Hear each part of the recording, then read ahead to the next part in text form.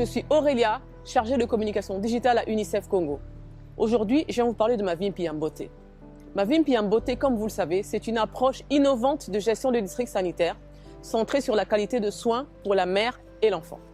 Le district pilote ayant été choisi pour tester cette approche est le district sanitaire de Louandjili à Pointe-Noire.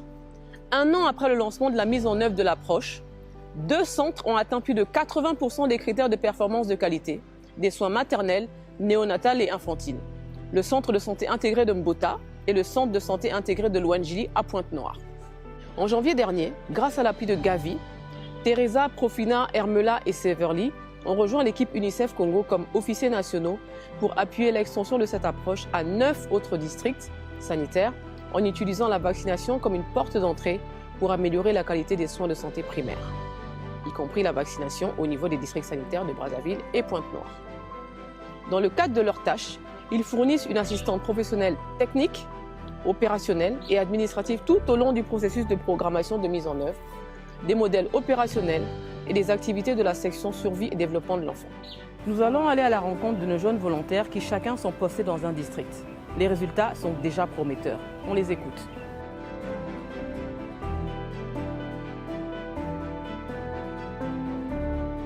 Je suis Profina Bouziézié, volontaire des Nations Unies à l'UNICEF, en charge de suivi des activités de la santé, y compris celui de la vaccination. Je suis au niveau du district sanitaire de Wenze, ainsi que celui de Mungali. Au district sanitaire de Wenze, je couvre 5 centres. Ainsi aussi au district sanitaire de Mungali aussi, il s'agit de 5 centres qui sont dans le projet Mavimpi Yambote. Nous sommes au centre de santé Moussendio. On est venu aujourd'hui pour faire une réunion de co-création. Dans cette réunion, il s'agit des données de monitorage de routine auxquelles on rassemble le chef de centre, les agents de santé, les chefs de quartier, le chef de bloc, les leaders communautaires, les habitants du quartier. Dans cette réunion, ce que l'on fait, c'est voir les difficultés qu'il y a au niveau du centre avec les différentes données en ce qui concerne la santé de la mère et de l'enfant. Parmi cela, on voit la disponibilité des intrants, la disponibilité des ressources humaines, l'accessibilité, l'utilisation initiale, l'utilisation continue, ainsi que la qualité des services qui sont donnés. L'enfant dont le rendez-vous est le mardi, mercredi, jeudi, vendredi, cette maman-là ne va pas attendre de venir ici le samedi. On est aujourd'hui au CECI Jacques Opango, dans le district sanitaire de Djedjiri, où on est venu accompagner Severly pour faire sa supervision. J'ai sous ma supervision 2 districts sanitaires. Le district sanitaire de Talangaï, qui a sous sa charge 4 CSI, le CSI Mamamboale, le CSI Fleuve Congo, le CSI Mariengwabi et le CSI Intendant. Ça, c'est au niveau de Talangaï. Et au niveau de Djiri, j'ai le CSI Jacques Opango, là où nous nous trouvons déjà. Et j'ai le CSI Nkombo, le CSI Mpio et enfin le CSI Vision 2000. Nous organisons notre travail de telle sorte que nous puissions répondre aux objectifs qui sont définis par le projet Mavimpi Yambote. Pendant la précédente évaluation que nous avons réalisée, le CSI Jacques Opango se retrouvait à 46%. 46% sur toutes les évaluations au niveau des interventions à impact. Actuellement, après cette petite supervision que nous avons réalisée, nous avons constaté déjà une légère évolution et cela sera déterminé précisément avec des chiffres à la prochaine évaluation où nous saurons à quel niveau le CSI se trouve après cette évaluation que nous allons réaliser.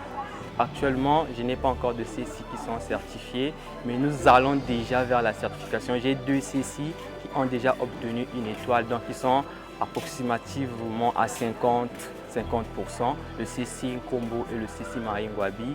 Et je pense que d'ici les prochaines évaluations par rapport aux recommandations qui ont été faites, ces CSI-là vont déjà aller vers la certification, atteindre 3 étoiles au maximum pour obtenir la certification, soit un pourcentage de 80%, 80% au maximum. La stratégie avancée que nous avons développée, déjà c'est une stratégie qui est habituelle, que beaucoup de CSI utilisent.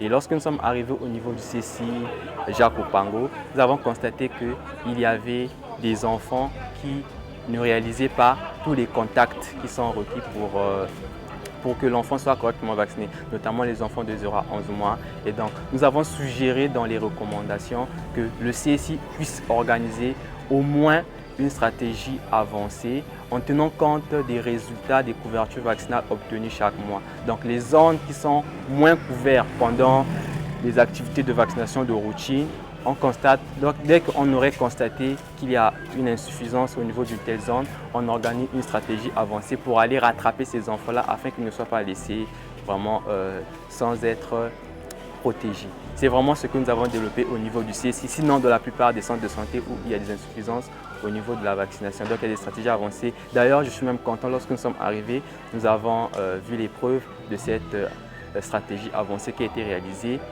au niveau de l'aire de santé de Jacques Opango. Il faut rappeler que l'aire de santé de Jacques Opango, c'est une aire de santé qui est très enclavée. Du coup, il y a des zones qui sont difficilement accessibles parce qu'il y a des routes qui sont en mauvais état et les mamans ont souvent du mal de se rendre au niveau du CSI. Donc c'est pourquoi on avait suggéré qu'il y ait des stratégies avancées vers ces communautés-là qui sont assez éloignées, qui ont du mal à arriver au niveau du centre.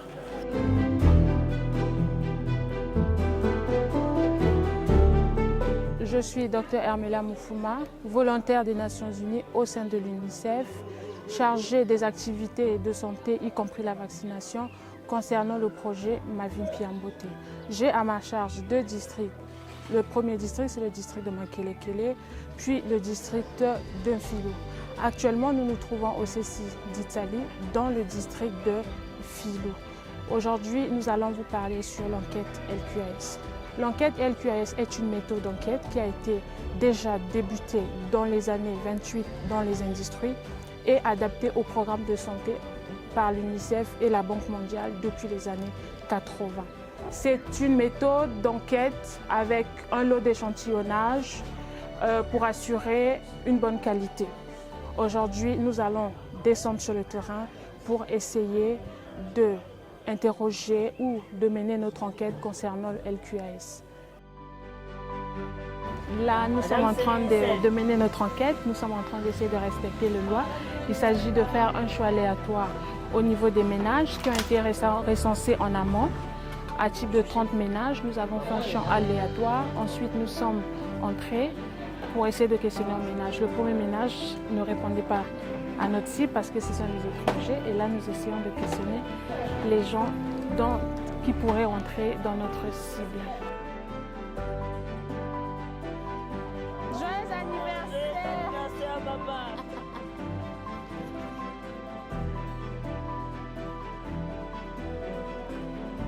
L'enquête LQAS, c'est vrai que c'est une enquête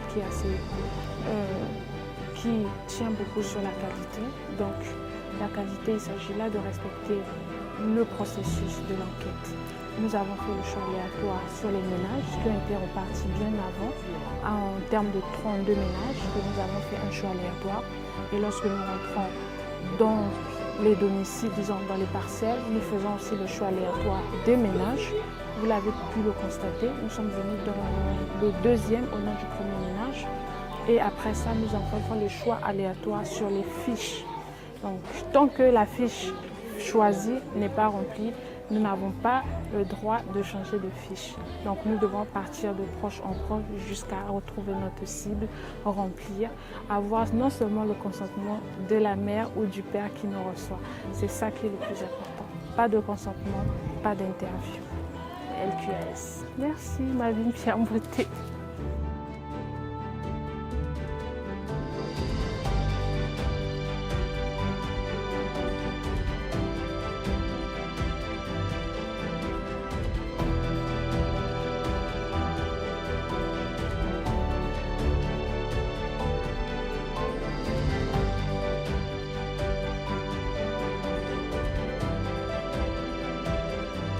Là, c'est au niveau du service de la CPS.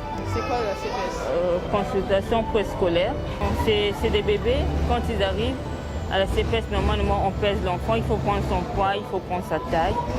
Et c'est à partir de là qu'il déduit. Il faut prendre aussi le MIAC, il faut aussi le mesurer. C'est à partir de là qu'on déduit si l'enfant est malnutri, ou bien l'enfant est modéré, l'enfant est sévère, ou bien l'enfant ne fait pas partie des malnutritions au fait. Donc ce service-là s'en occupe. Quand ils détectent les enfants qui sont malnutris, ils les prennent maintenant en charge avec les différents intrants.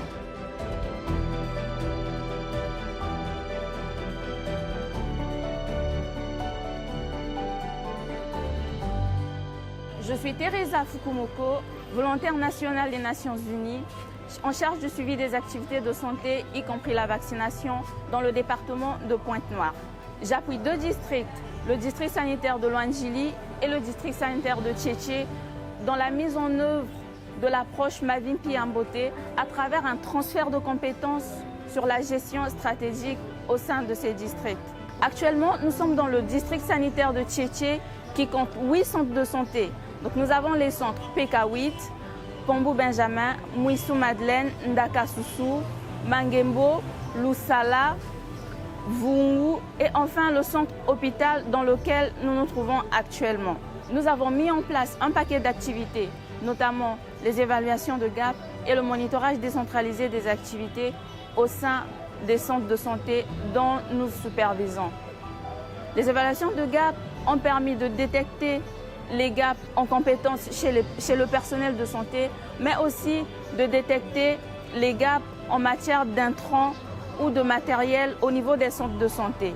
Au dernier trimestre 2023, il a été avéré au niveau du centre de santé hôpital une rupture en vaccin VPO, qui est donc le vaccin poliomyélite oral qui est administré au nouveau-né dès la naissance, puis à 2 mois, à 3 mois et enfin à 4 mois.